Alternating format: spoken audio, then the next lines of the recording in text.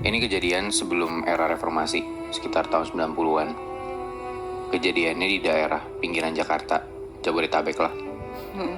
Ada sebuah toko yang punya namanya Pak Torik. Dia tuh pengusaha yang cukup sukses di bidang mebel. Dan dia juga kolektor barang antik. Jadi memang hobinya tuh main barang antik. Bahkan dia sampai jual barang-barang antik luar negeri gitu. Dan memang backgroundnya si Pak Torik ini keturunan orang kaya. Jadi generasi di atas dia tuh ya nggak sampai bangsawan, tapi emang orang-orang tajir lah dari dulu. Nah, Pak Torik ini punya 2 anak, cowok dan cewek. Yang cowok tuh udah kerja di luar kota, sedangkan yang cewek tuh ya tinggal aja di rumah sama dia karena masih kuliah. Jadi satu hari Pak Torik ini balik ke kampungnya di Jepara. Karena itu adalah 40 harian nyokapnya Pak Torik ini meninggal. Nah, jadi kampungnya Pak Torik ini kan di Jepara, sedangkan Pak Torik ini udah ke Jakarta tuh puluhan tahun lalu. Jadi dia tinggal di Jakarta sampai akhirnya berkeluarga, dan udah jarang banget dia pulang ke kampung. Sedangkan dulu waktu ibunya Pak Torik ini masih hidup, tinggalnya emang sama adiknya Pak Torik di Jepara itu. Nah, Pak Torik balik, dia ke rumah si nyokapnya itu, terus dia ngomong sama adiknya, ini bukannya Mas nggak ngehormatin ya, tapi Mas juga lagi nyari barang antik nih. Tuh. Terus adiknya bilang, sebenarnya mah di sini banyak banget barang antik. Kata adiknya gitu. Ibu tuh nyimpen banyak banget. Ibu sama bapak. Nah, bahkan dari keturunan-keturunan atas itu emang banyak banget barang-barang antik. Dan itu disimpannya di gudang rumah nyokapnya Pak Torik ini. Langsung lah Pak Torik ke gudang dan pas dilihat emang bener-bener banyak banget barang-barang antik di situ. Ada kotak-kotak kayu antik, lemari, guci-guci, dan emang masih pada bagus banget, cuman berdebu aja. Terus Pak Torik bilang, ya udah, ini aku bawa, aku jualin ke Jakarta, nanti hasilnya kita bagi rata, anggap aja warisan. Pak Torik bilang gitu. Sampai akhirnya dibawa, dan itu barangnya sampai 2 truk gitu katanya Muih, Nat.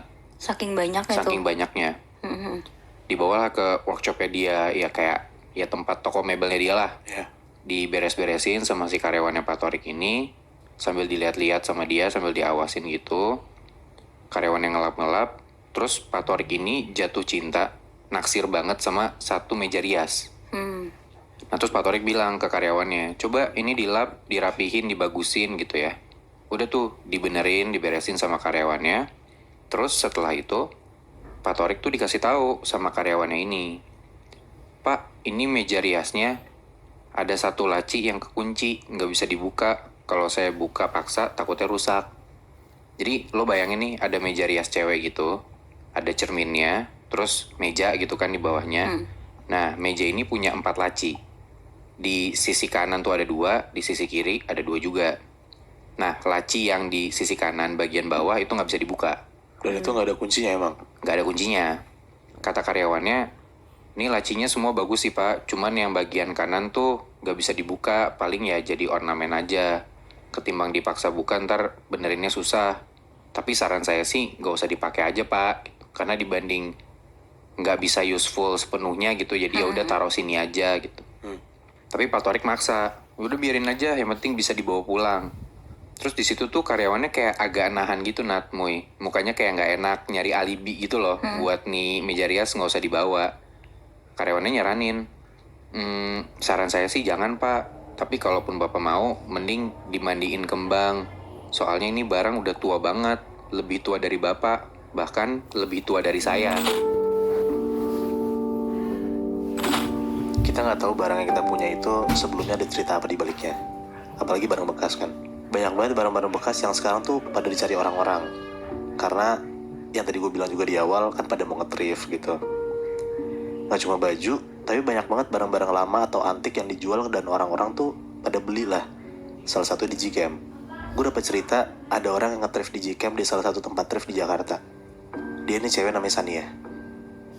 Dia baru masuk kuliah waktu 2019, dan pas baru masuk kuliah, banyak banget circle barunya Sania ini yang ternyata pada suka-suka foto culture-culture gitu. Kayak foto-foto analog, foto-foto di Gcam.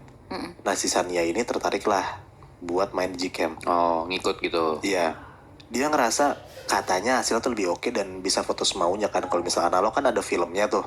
Kalau misalnya di Gcam itu kan ada cuman kayak beli memory card, udah bisa foto semaunya kan. Di Gcam tuh yang bisa dilihat ya Iya. dari kameranya. Iya benar. Dan bisa video juga gitu Nat. Nah, Sania ini mintalah sama teman kampusnya si Danang buat nyari digicam. Karena Danang tuh juga anak culture foto gitu. Ditemenin ke salah satu tempat di Jakarta yang katanya Danang sih emang biasanya anak-anak itu suka beli di situ. Mereka berdua ngiter sampai akhirnya mereka dapet nih satu digicam yang masih bagus banget bodinya. Akhirnya Sania beli tuh digicam itu dan abangnya bilang kalau dalam digicam itu masih ada